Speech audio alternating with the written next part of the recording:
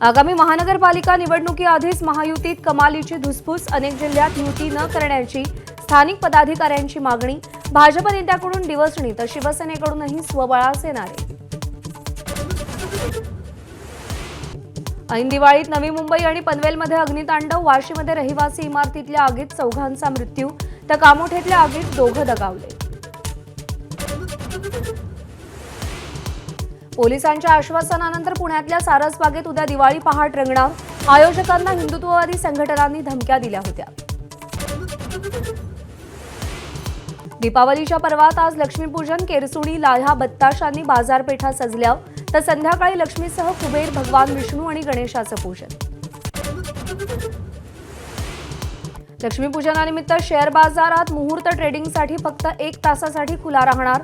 यंदा संध्याकाळऐवजी दुपारी 2:15 ते 3:15 दरम्यान मुहूर्त ट्रेडिंग।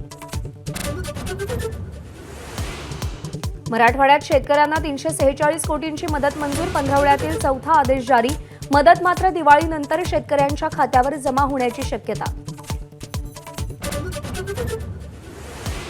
मुंबईला प्रदूषणाचा विळखा, दिवाळी सुरू होताच हवेची गुणवत्ता ढासळली, अनेक भागातील हवा गुणवत्ता निर्देशांक 200च्या पार।